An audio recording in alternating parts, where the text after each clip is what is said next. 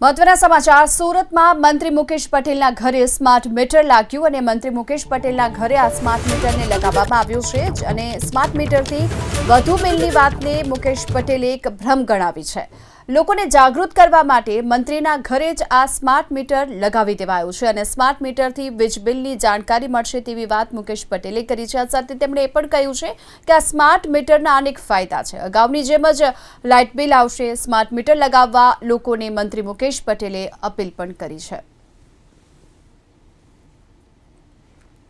Smart મીટરના વિરોધ વચ્ચે ખુદ મંત્રીના ઘરે સ્માર્ટ મીટર લાગી રહ્યું છે। મુકેશ પટેલના નિવાસ સ્થાને અત્યારે સ્માર્ટ મીટર લગાવવાની શરૂઆત કરવામાં આવી છે। ત્યારે તસવીરો તમે જોઈ શકો છો। ડીજીવીસીએલ કંપની દ્વારા અત્યારે સ્માર્ટ મીટર લગાવવાની શરૂઆત કરવામાં આવી। જે રીતે લોકો બુમરાણ ઉઠી હતી કે સ્માર્ટ મીટરના કારણે જે રીતે અત્યારે હાલ વીજળી બિલ છે એ વધુ આવતું હોય છે, ત્યારે એ બાબતને લઈને અત્યારે હાલ જે મંત્રી છે એમની સાથે વાતચીત। સાહેબ, સ્માર્ટ મીટર લગાવવામાં આવી રહ્યું છે, શા કારણે? સ્માર્ટ મીટર લગાવવાથી આપણે જોઈએ પહેલાં સ્ટાર્ટિંગની અંદર જ્યારે આપણને લાઇટ આવી ત્યારે આપણે એકદમ મેકેનિકલ ટાઈપના મીટર હતા। ધીરે ધીરે ચેન્જ થઈને આ ઇલેક્ટ્રિક મીટર આવ્યા। હવે અત્યારે આપણે સ્માર્ટ મીટર લાવ્યા છે। અત્યારે આપણે જોયું છે કે સ્માર્ટ મીટર લાગવાથી તમારા કલાકમાં કેટલું તમારું વીજળીનું કન્ઝમ્પશન થયું છે। ક્યાંક આપણે એસી ઘરમાં ચાલુ રહી ગયા હોય તો પણ આપણે ઘરમાં બંધ હોય તો પણ આપણને ખબર પડે છે મારું ઘર બંધ છે છતાં પણ આ વીજળી બિલ આવે છે। ક્યાંક લાઇટ ચાલુ રહી ગઈ છે એ પણ ખબર પડશે। ખાસ વધારાની વાત એ છે કે આપણું જ્યારે એક મહિનાનું જ્યારે બિલ આવે છે 1 થી 10માં આપણા મીટિંગ રીડરના રીડર જ્યારે ચેક કરવા આવે છે, એ જ્યારે ચેક કરવા રીડિંગ લેવા આવે છે ત્યારે એ રીડિંગની અંદર કદાચ 1-2 દિવસ આગળ ચડી પણ જતા હોય તો એનો આખા મહિનાનું ચાર્જ લાગતો હોય। ત્યારે આમાં 1 થી તમારું 1 તારીખ થઈ જાય એટલે તરત જ એનું તમારું બિલ પણ આવી જાય ને એવામાં લોકોની ભ્રમિત એવું છે કે આમાં પૈસા ભરવાના પૈસા પતી જાય એટલે બંધ થઈ જાય, એવું નથી। જે રીતે તમારું લાઇટ બિલ આવતું હતું એ રીતના જ બિલ આવશે ને એ રીતે તમે ભરી શકશો।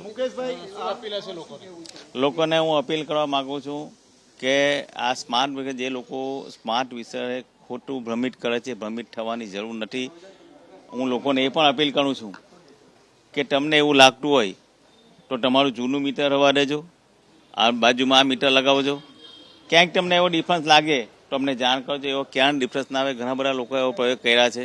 હું લોકોને અપીલ કરું છું કે હવે સ્માર્ટ મીટર લગાવો એટલે આપણા ઘરની અંદર જ વીજળીની બચત થશે। આપણે વીજળીની બચત કઈ રીતના કરી શકશું તો આ સ્માર્ટ મીટરથી વીજળીની બચત પણ થશે।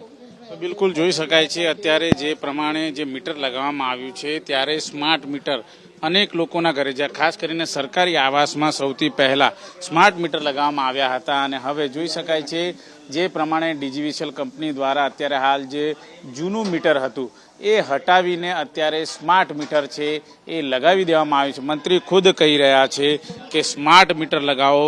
જે પ્રમાણે ભ્રમ ફેલાવવામાં આવ્યો છે એ ભ્રમ દૂર થાય એના માટે જ મંત્રી શ્રી છે તેમના નિવાસ સ્થાન ઉપર આ પ્રમાણે સ્માર્ટ મીટર લગાવી રહ્યા છે। ત્યારે લોકોને પણ અપીલ તેમના ઘરે પણ સ્માર્ટ મીટર લગાવવામાં આવે। કેમેરામેન રાકેશ પાનવાલા સાથે ધનરાજ બાગલે, એબીપી અસ્મિતા, સુરત।